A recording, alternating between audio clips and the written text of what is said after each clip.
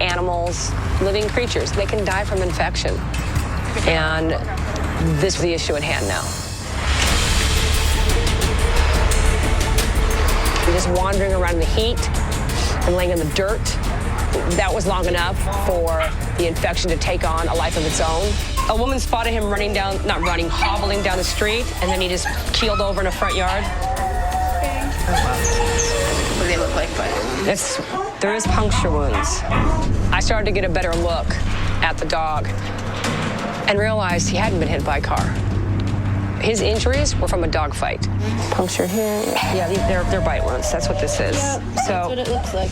He had bite wounds all over his head, his chest, his front legs, which is absolutely telltale signs of dog fighting.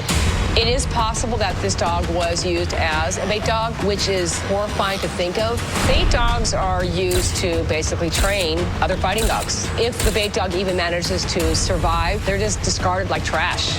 Some bleed to death, some just die of infection. Oh, look at that. It's all the infection. See all that? Look at that. The puncture wounds that were in his ears, in his face, I mean, they were still dripping blood, which means they were fairly fresh. He's got a lot of punctures, and especially the area that they're in, they're all up around his neck.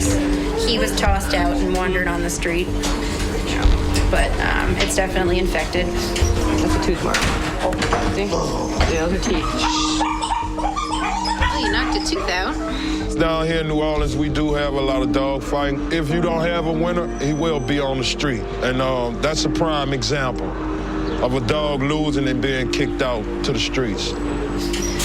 So we're going to get him on some pain medicine and some antibiotics, and we're going to clean him all up and assess the extent of everything. When these guys have bite wounds, especially if the infection is deep and has been going on for a while, we worry about pockets of infection that we can't control. We worry about them actually becoming septic.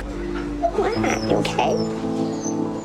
The vet's sticking, an IV in his leg, and they're poking and prodding. And I leaned forward to look at one of his injuries. You're welcome. My new family. And just out of nowhere, he just, big old kiss right upside my head. Despite all the pain he was in, despite all the abuse that some human being did to him, he still loved people. You gotta love a pit bull.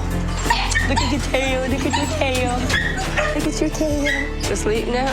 If there ever was a dog that needed prayers and hopes to live, it is this dog. We just have to wait by the phone and hope for the best.